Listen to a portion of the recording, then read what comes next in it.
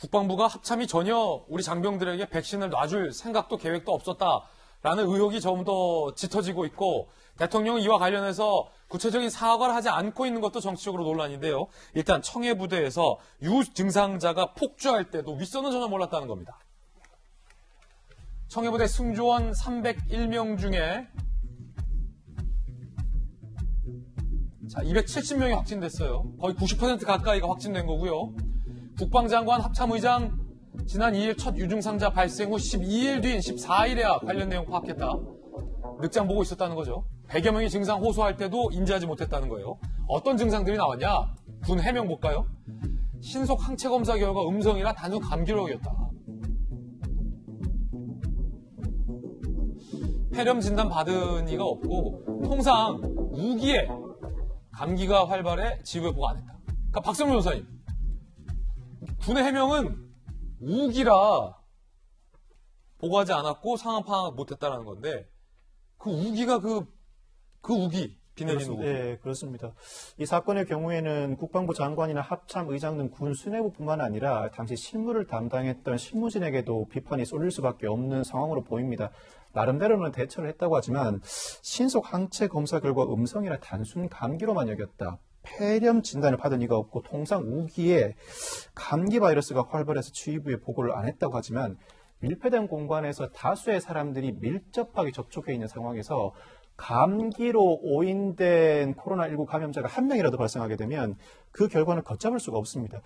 이로 인한 결과가 일부 음성으로 나오고 통상 우기에 감기 바이러스가 활발하다고 하더라도 장병들이 확산세 여러 사람들이 감기 증상을 보이고 있다면 코로나19 가능성도 충분히 거론될 만한 상황이라고 상황 판단을 일찍 하고 그 상황을 본인이 판단할 것이 아니라 즉각적으로 상부에 보고하고 상부에서 충분한 논의를 거쳐서 일적, 물적 설비를 청해부대에 파견해 코로나19에 대비할 수 있을 만한 상황을 만들어 주었어야 합니다. 당연하죠. 아니 왜 이거를 늑장 보고하고 장관과 합참의장이 몰랐냐라는 여론의 질타가 이어지자 나온 변명이 우기라서 몰랐다는 겁니다. 우기를 가져왔어요. 그런데 이 장병들의 부모님의 증언에 따르면 우리 아들 같은 장병들이 40도 열이 올랐는데 타이레놀 2알만 주고 버티라고 했다라는 부모들의 진술도 나오고 있거든요. 그럼 종합해보면 열이 40도 올랐는데 우기라서 타이레놀 줬다. 국방장관 합참의장이 그래서 보고 안 했다라는 얘기인데 국민들 앞에 해명해야 되는데 우기 갖고 되겠습니까? 조금 한심한 명일 수밖에 없고요. 또 하나의 이 정치적인 논란은 군 통수권자인 대통령이 왜 사과를 안 하느냐와 관련된 겁니다. 일단 여야의 주장이 팽팽한데 야당의 의견부터 들어보시죠. 문 대통령은 마치 무오류의 신의 경지에 있는 사람인 것처럼 행동합니다. 군 통수권자로서 책임을 통감하는 모습은 그 어디서도 찾아볼 수 없습니다. 비겁한 지도자의 모습만 난무했습니다. 자신의 권한만 행사하고 책임은 부하에게 전가시키는 갑질이야말로 가장 불공정한 행태입니다. 이에 대한 청와대 입장도 들어보시죠. 박수현 수석입니다. 군의 대처가 아니했다라고 하는 말씀을 하셨는데 국군 통수권자는 대통령이십니다. 그래서 결과적으로 군이 아니했다라고 하는 것은 대통령께서 스스로 겸허히 이 문제를 받아들이고 있다는 표시 아니겠습니까? 이미 대통령께서 그런 마음으로 국민께 사과드리는 마음으로 임하고 계시다. 청와대에서는 사과 표현은 없었지만 마음은 사과의 마음이다라고 답변했습니다. 자, 두 분께도 물어보겠습니다. 앞서서 김경수 전 지사 건에 대해서도 청와대는 대통령은 사과를 해야 한다, 안 해야 된다라는 의견 여쭤봤는데 이것도 좀 비슷한 양상입니다. 먼저 박지화 전 대변인. 저는 어제 사실은 박수현 수석님께 전화라도 좀 드리고 싶었어요. 지금 수도권 4단계의 풍선 효과가 계속 전국에서 지금 확진자가 굉장히 늘어나고 있잖아요. 그래서 이에 따라서 소상공인, 자영업자 엄청난 고통을 좀 받고 있어요. 그다음 좀 전에 보신 것처럼 우리 나라 지키라고, 교민 지키라고, 상선 지키라고 보내놨던 청해부대 부대원들 거의 대부분이 확진이 돼서 지금 수송기로 고국에 돌아왔어요. 그리고 마지막 요새 뭐 사전 접종 관련해서 예약하는데 예약 시스템 막 먹통이 되어 있잖아요.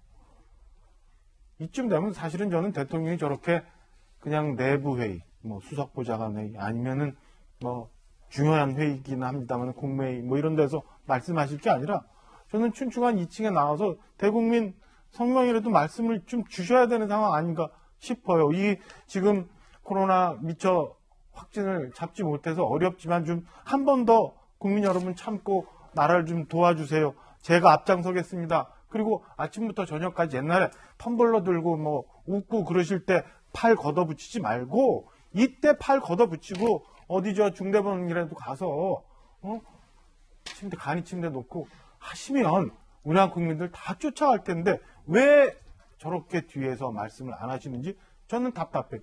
분명히 말씀을 좀 하시면 좋겠어요. 오늘 제가 제 말씀보다 뭐 서울신문 사설 하나 갖고 나왔는데 읽어보니까 이런 얘기들이 있어요. 그 사전 예약 관련해서 차라리 아마존 팀 불러라. 네이버나 카카오 팀 불러라라는 이유가 나온다라고 하면서 청와대가 정책 조정 기능 또한 예약 시스템만큼이나 먹통이라는 반증인가 이게 사설 중에 나온 이 얘기는 뭐냐면 얼마 전에 김호람 방역기획관 얘기하면서 청와대가 컨트롤 타워가 아니라 그냥 조율한다. 조율마저도 못하고 있고 예약마저도 못하고 있고 어제 갑자기 느닷없이 대변인 통해서 뭐 질책을 했다. 이런 얘기가 나오고 왜 이렇게 해요? 저는 국민들 다 쫓아갈 수 있는 마음의 준비가 되어 있으니까 대통령이 정말 코로나만은 잡겠다고 생각가지고 나와서 진솔되게 말씀하시고 해야 된다고 생각해요. 그게 국민 한 사람처럼 바라는 바예요. 네, 이에 대한 전재수 의원님의 의견도 묻겠습니다. 저도 최근에 이제 군에서 발생하고 있는 여러 가지 일들을 정말로 이게 상상을 초월하는 일들입니다. 최근 몇 달 사이에 한번 보십시오. 군 급식 문제 때문에 난리가 났었습니다. 그리고 성추행, 성폭행, 또, 이 꽃다운 나이에 스스로 죽음을 선택할 수밖에 없었던 그런 사건까지 있었습니다. 그리고 지금 청해부대에 나와 있는데요. 저는 군이 남북관계라는 특수성, 그 다음에 군이 가지고 있는 특수성이라는 그 명분 하나만 가지고서 그동안 군에서 일어나는 여러 가지 비상식적인 일들을 이제는 덮고 넘어가기에는 시대가 너무 변해도 너무 많이 변했다. 그렇게 생각을 합니다. 그리고 요즘 그 군 장병들은요, 옛날처럼 군 특수성 이야기하면 대충 이렇게 뭐 내부적으로 해결하고 넘어가던 그런 세대가 아닙니다. 세상이 너무 변했기 때문에 군이 지금 가지고 있는 여러 가지 문제점들을 이전에 하던 관행으로 덮고 넘어갈 수가 없습니다. 맞습니다. 특히 청해 부대만 하더라도 지금 다른 나라에 지금 파병되어 있는 우리 해외 파병되어 있는 군인들 같은 경우 지금 967명 정도 되는데 이 중에 94%가 이미 접종을 완료를 했습니다. 그런데 이분들은 어떻게 접종을 했는지 저희가 살펴보니까 현지에 있는 국가로부터 백신을 수급을 했거나 아니면은 유엔의 지원으로 대부분 이제 유엔 연합군 형태로 나가 있기 때문에 유엔의 지원으로 접종을 했다는 겁니다. 방법이 있네요. 그럼 청해부대는 뭐냐 도대체. 그리고 우기 때문에 타이레놀 2개 주고 감기 많이 걸리니까 이건 말이 안 되는 거죠. 그렇기 때문에 저는 대통령께서 나서가지고 사과하는 것도 중요하지만 군이 기존에 가지고 있던 여러 가지 관행들, 무사한 일 이런 부분들에 대한 대대적인 혁신과 점검이 있어야 된다고 봅니다. 그래서 대통령께서 사과하시기 이전에 다음 주 월요일 날 국회 국방위원회가 열립니다. 차분히 점검하고 대책을 수립을 하고 그다음에 지금 군 장병들이 많이 지금 코로나 걸렸지 않습니까? 빨리 건강 회복해가지고 복귀할 수 있도록 이 정쟁은 좀 뒤에 하고 급한 일부터 먼저 좀 처리를 했으면 좋겠다 이렇게 생각합니다. 예.